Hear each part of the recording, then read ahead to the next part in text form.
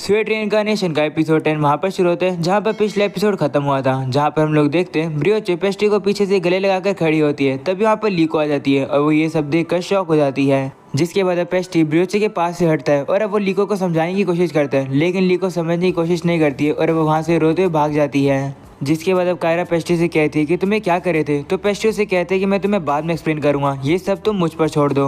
और अब वो लीको के पीछे जाता है। जिसके बाद अब हम लोग ब्रियोचे को देखते हैं जो कि ये सब तमाशा देखकर काफी ज्यादा एंजॉय कर रही होती है। पेस्ट्री अब लीको को ढूंढते ढूंढते बाहर आ जाता है, जहाँ पर वो उसके पास आकर खड़ा हो जाता है। वहीं पर लीको उसे माफी मांगती है तो पेस्ट्री उसे कहने लगता है कि ब्रियोचे तो बस मुझे एक 9 साल का बच्चा समझती है, तुम वैसा कुछ मत सोचो। तो लीको कहती है ऐसी बात नहीं है, जब मैं हॉल में खड़ी थी तब सभी लोग तुम्हारे बारे में ही बातें कर रहे थे, सारी लड़कियां भी तुम्हारे बारे में ही बात करी थी। वो सब सुनकर मैंने काफी बुरी बुरी चीजें इमेजिन करी, जैसे कि क्या होगा कि कोई और अपने लव को तुम्हारे लिए एक्सप्रेस करेगा और जब ऐसा होगा तो उसके बाद तुम्हें मेरी जरूरत नहीं पड़ेगी। ऐसा बोलने के बाद अब लीको रोने लगती है तो पेस्ट्री अब उसे कहने लगता है कि मैं ऐसा कभी नहीं करूंगा, लेकिन लीको अभी नहीं समझती है। वो बैठकर कहती है कि मेरी बहन पेट्रा आराम से किसी से ही बातें कर लेती है, वो काफी ज्यादा बोल्ड है, सभी लोग उसे पसंद करते हैं। अगर उसके कंपैरिजन में मुझे देखा जाए तो मैं कुछ भी नहीं हूँ, काश मैं मेरी बहन की तरह होती। ये सुनकर पेस्ट्री उसके हाथ को पकड़ लेता है और कहते हैं कि भले तुम्हें बात करने में प्रॉब्लम होती है, लेकिन ये तुम्हारा एक पार्ट है, तुम्हें पेट्रा बनने की जरूरत नहीं है, तुम जैसी हो वैसी ही मुझे पसंद हो और मैं श्योर हूँ कि मैं तुम्हें ही और ज्यादा पसंद करने लगूंगा। तो क्या तुम मुझ पर ट्रस्ट करोगी और भरोसा करोगी कि मैं क्या कह रहा हूँ?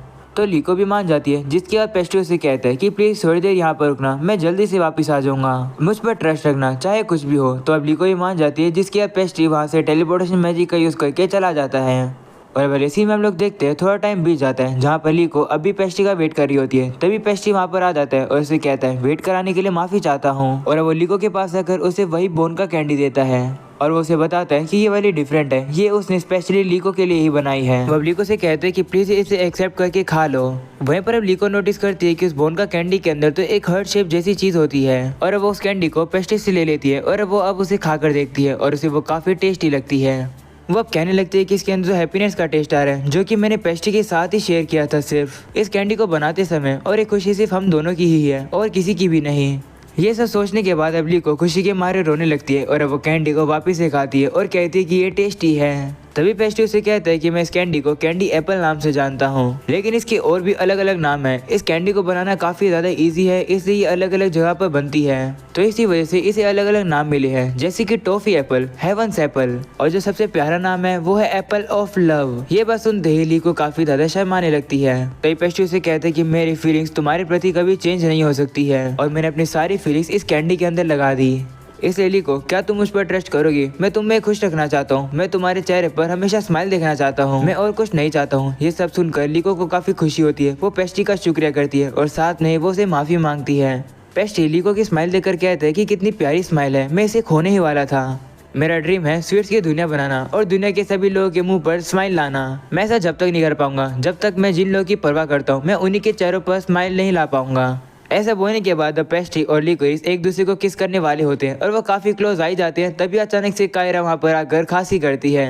उसे देखकर लिकोरिस और पेस्ट्री दोनों शर्मा जाते हैं और वो वहाँ से अलग हो जाते हैं। वहीं पर अब कायरा लीको को कहने लगती है कि मैं यहाँ पर आपको लेने आई हूँ। वहीं पर अब निकोलो पेस्ट्री से कहता है कि मैंने सब कुछ देख लिया, तुम तो काफी कमाल के हो यंग मास्टर। तो पेस्ट्री उसे कहते हैं कि तुम कितनी देर से यहाँ पर खड़े थे, जिस पर निकोलो कहते हैं कि जब से तुम उस एप्पल ऑफ लव को लेकर आए तब से। जिसके बाद अब वो पेस्ट्री को चिढ़ाने लगता है और कहता है तो इस वजह से सारी लड़कियां तुम्हें पसंद करती है। ये हुई ना बात फ्यूचर मोटेन किंग की, तुम तो काफी कमाल के निकले। ये सब सुनकर पेस्ट्री पर गुस्सा हो जाता है और कहता है कि लगता है तुम्हें और ज्यादा काम करना है, तुम्हारी पनिशमेंट है कि जब हम लोग घर पहुंचेंगे तो मैं तुम्हारा काम डबल कर दूंगा। तो निकोलो कहता है कि आप मजाक कर रहे हो ना, जिस पर पेस्ट्री कहता है तुम्हें ये मजाक लग रहा है, ठीक है फिर मैं तुम्हारे काम को 3 गुना ज्यादा बढ़ा दूंगा। तो निकोलो अब डर जाता है और कहता है नहीं ऐसा मत करना, ठीक है मैं तुम्हारे फादर को इसके बारे में कुछ भी नहीं बताऊंगा, इसलिए प्लीज मुझे माफ कर दो। वहीं पर अब कायरा लीको से कहने लगते हैं कि तुम तो पहले से काफी खुश लग रही हो। वहीं पर लीको इस बात को सुनकर शर्माने लगती है। जिसके बाद अब कायरा काफी गुस्से से अब पेस्ट्री की तरफ देखती है और अब अगले सीन में लोग देखते हैं वो लोग घर पर वापस आते हैं, जहाँ पर एग्नेस आकर पेस्ट्री को सीधा गले लगा लेती है। वहीं पर कैसोल कायरा और निकोलो को शाबाशी देता है उनके पहले डिप्लोमेटिक मिशन को पूरा करने के लिए। जिसके बाद लीको आकर एग्नेस को कहती है कि मैं भी घर आ गई हूँ और अब एग्नेस उसे देखकर खुश होती है और कहती है कि तुम्हारे घर पर स्वागत है। ऐसा बोलकर वो हंसने लगती है। ये देखकर लीको कहती है कि क्या हुआ? तो अब एग्नेस बताती है कि दोपहर में पेस्ट्री काफी हड़बड़ी में आया था कोई चीज करने के लिए, क्या वो कुछ तुम्हारे लिए करने आया था? ये बात सुनकर लीको कुछ भी जवाब नहीं देती है। वहीं पर पेस्ट्री डर जाता है क्योंकि वो उस समय पर वही कैंडी बनाने आया था। जिसके बाद एग्नेस पेस्ट्री को खींचकर अंदर ले जाती है और कहती है कि मुझे सब कुछ बताओ कि आखिरकार क्या क्या हुआ। वहीं पर ये सब देखकर लीको को काफी मजा आ रहा होता है और वो हंसने लगती है। और अब अगली सीन में हम लोग पेस्ट्री को देखते हैं जो कि टेबल पर बैठा होता है और वो काफी थका हुआ होता है। तब यहाँ पर फ्यूरी आता है और पेस्ट्री की तारीफ करता है और कहता है कि तुमने ब्रियोचे के साथ 2 घंटे बिता लिए, ये तो काफी कमाल की बात है, क्या तुम टी लोगे? तो पेस्ट्री कहते हैं हाँ दे दो। जिसके बाद अब फ्यूले उसके कप के अंदर टी डाल देता है और अब पेस्ट्री उस टी को पीता है और वो काफी ज्यादा रिफ्रेशिंग फील करता है। जिसके बाद फ्यूले टेबल पर पड़ी हुई चीज को उठाकर पूछता है कि ये क्या है। तो पेस्ट्री बताता है कि ये तो बचे हुए रैपिंग पेपर्स है जो कि मैंने हार्ड कैंडी के लिए बनाए थे। तो फ्यूले अब उस रैपिंग पेपर के ऊपर देखता है तो उसके ऊपर तो ब्रियोचे की फोटो बनी होती है जो कि पेस्ट्री को गले लगाई होती है। ये देखकर फ्यूले कहते हैं कि ये क्या है, तुमने ये क्या सोच कर लगाया? तो पेस्ट्री कहते हैं कि ये तो मैंने ब्रियोचे से बदला लेने के लिए किया है क्योंकि उसने मुझे और लीको को काफी परेशान किया था। और अब अगले सीन में हम लोग ब्रियोचे को देखते हैं जो कि काफी गुस्से में होती है इसी रैपिंग पेपर की वजह से और कहती है कि आखिरकार पेस्ट्री ऐसा कैसे कर सकता है। ऐसा बोलने के बाद वो चीजों को इधर से उधर फेंक रही होती है। वहीं पर कॉइंटन उसे कहने लगता है लेडी आप जरा शांत हो जाइए। तो ब्रियोचे कहती है कि मैं शांत कैसे हो जाऊँ, पेस्ट्री ने सभी कैंडियोस को उस रैपर के साथ सभी नोबल्स के पास भेजा है। उसे देखकर लोग अफवाह फैला रहे हैं कि मुझे यंग लड़के पसंद हैं। तो कॉन्टोन से कहते हैं ये तो कुछ भी नहीं है, आपको डेली लेटर्स मिलते हैं बच्चों की तरफ से, ये वाला तो 8 साल के बच्चे की तरफ से आया है और ये वाला 10 साल की तरफ से। ये सब देखकर ब्रियोचे काफी गुस्सा हो जाती है और कहती है पेस्ट्री तुम्हें इसका भुगतान करना पड़ेगा। और अब अगले सीन में हम लोग को ह्यूबेरे का घर दिखाया जाता है जहाँ पर हम लोग को पता लगता है कि मार्गरेट लूटररूट जो कि उनकी नेबरिंग कंट्री का लीडर है वो मूव करने वाला है, यानी कि हमला करने वाला है समर से पहले ही। तो मिले का रिटर्नर कहते हैं हाँ शायद से उसे ये बात रियलाइज हो गई होगी कि हमारा और कैडलैक का यूनियन हमारी आर्मी को स्ट्रॉन्ग बनाएगा और इससे पहले ही वो हमला करना चाहता है और वो इस बार सीधा दुश्मनी को खत्म करना चाहता है। ये सुनकर मिलियो से कहते हैं कि उसकी आर्मी में कितने लोग हैं। तो उसका रिटर्नर बताता है शायद से 30,000 से भी ज्यादा और मुझे नहीं लगता कि हम लोग इतनी बड़ी फोर्स से लड़ने के लिए तैयार हैं। तो मिले कहते हैं कि ड्यूक कैडलैक के पास एक मैसेंजर भेजो अभी के अभी और मैं री-इन्फोर्समेंट के लिए भी कुछ लेटर लिखता हूँ। और अब अगले सीन में हम लोग पेस्ट्री को देखते हैं जो कि अपने प्रॉफिट्स को काउंट कर रहा होता है और टोटल होते हैं 348 गोल्ड कॉइन। ये देखकर फ्यूले कहते हैं कि तुम्हारा टारगेट तो पूरा हो गया। जिस पर पेस्ट्री कहते हैं हाँ ये सिल्वर कॉइन और जो ये 4 एक्स्ट्रा बचे हुए गोल्ड कॉइन है ये मेरी सेविंग्स में जाएंगे, मैंने यूज करके और ज्यादा स्वीट्स बनाऊंगा। तो फ्यूले कहते हैं ठीक है तुमने तो ये सारे प्रॉफिट अर्न किए हैं तो तुम्हारा इतना तो बनता ही है, लेकिन वैसे तुम इन पैसों का यूज कैसे करोगे? तो पेस्ट्री कहते हैं कि मैं ट्रैवलिंग मर्चेंट से 100 गोट खरीदूंगा क्योंकि गोट मिल्क और चीज का यूज करके काफी ज्यादा परफेक्ट स्वीट्स बनाई जा सकती है।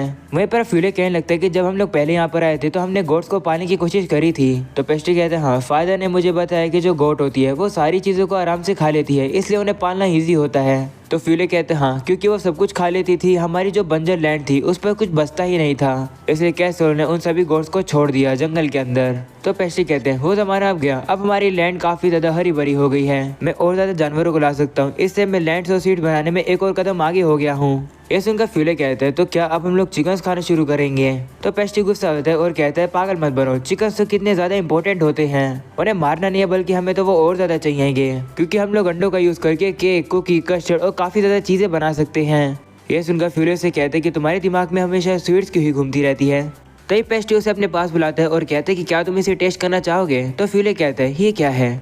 तो पेस्ट्री कहते हैं कि मैंने इसे शलगम से एक्सट्रैक्ट किया है। ये सुनकर फ्यूले उसे चक्कर देखता है और वो कहते हैं कि ये तो काफी ज्यादा मीठा है। तो पेस्ट्री अब उसे कहता है कि ये पहला एक्सपेरिमेंट है शुगर बनाने के लिए, मैं इस रेसिपी को और ज्यादा इंप्रूव करूंगा और अगर मैं शुगर बनाने में कामयाब हो गया तो मैं और ज्यादा स्वीट्स बना पाऊंगा। तो फ्यूले कहते हैं ठीक है जैसे तुम्हें करना है करो, बस मैजिक का यूज मत करना वरना कैसरोल तो तुम्हें पता है ना तुम्हारी क्या हालत करेगा। तो पेस्ट्री कहते हैं हाँ मैं नहीं करूंगा यूज, मुझे पता है क्या होगा।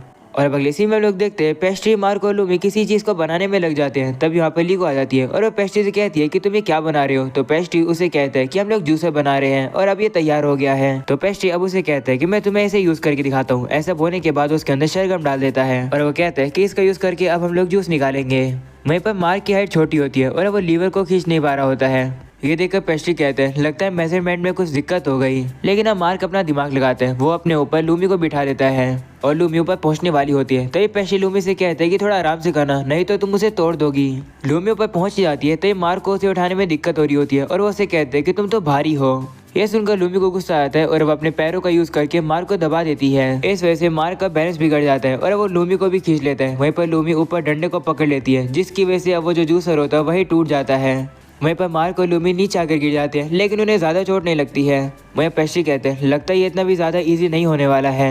मुझे आइडिया तो हो गया लेकिन शायद से ये जूसर इतना ज्यादा टफ नहीं था। क्या मुझे अब जूसर को आयरन से बनाना चाहिए? ये सुनकर लीको कहती है हाँ ये प्लान काम कर सकता है, लेकिन ऐसा बोलकर लीको थोड़ी नर्वस हो जाती है। तो पेस्ट्री से कहते हैं कि अगर तुम्हारे पास कोई आइडिया है तो बता सकती हो तुम। भले वो आइडिया फेल हो जाए लेकिन हम उसे ट्राई तो करके देख सकते हैं। स्वीट्स बनाने में भी ऐसा ही होता है, पहले काफी गलतियां होती है और फिर बाद में इम्प्रूवमेंट करने पर जो रिजल्ट होता है वो काफी अच्छा आता है। ये सुनकर मार्को लूमी तो समझ ही नहीं पा रहे होते कि आखिरकार पेस्ट्री क्या बात कर रहा है। तो अब लीको पेस्ट्री को बताती है कि मेरे पास कोई डायग्राम तो नहीं है, लेकिन जब ह्यूबेरेक में वो लोग वाइन बनाते हैं तो वो जूसर जैसी ही किसी चीज का यूज करते हैं और शायद से उसे यूज करने में 2 लोग इन्वॉल्व होते हैं जो कि लीवर को घुमाते हैं। ये सुनकर पेस्ट्री कहते हैं अगर इस दुनिया में ऐसी टूल पहले से एग्जिस्ट करती है तो अब हम लोग को पता लगाना है कि हम लोग को वो टूल कैसे मिलेगा। पेस्ट्री अब लीको का शुक्रिया करते हैं। लीको ये सुनकर थोड़ी सी शर्मा जाती है और कहती है कोई बात नहीं।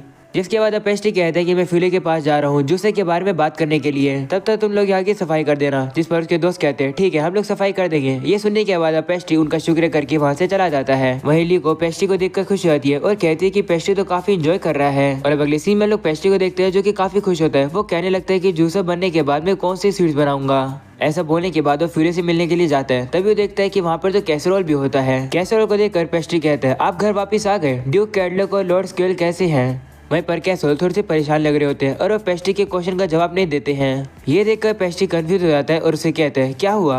तो कैसरोल कहता है कि एक बुरी खबर है, वॉर शुरू हो गई है ह्यूबेरेक लैंड इन द ईस्ट की और उसके नेबर लूटो रूट की। वॉर की बात सुनकर पेस्ट्री काफी ज्यादा घबरा जाता है और अब इसी के साथ हो जाता है ये एपिसोड ये पर खत्म। पसंद आया हो तो लाइक कर देना, चैनल पर नहीं हो तो सब्सक्राइब कर देना। मैं मिलूंगा आप लोगों से अगले एपिसोड में, तब तक के लिए बाय बाय।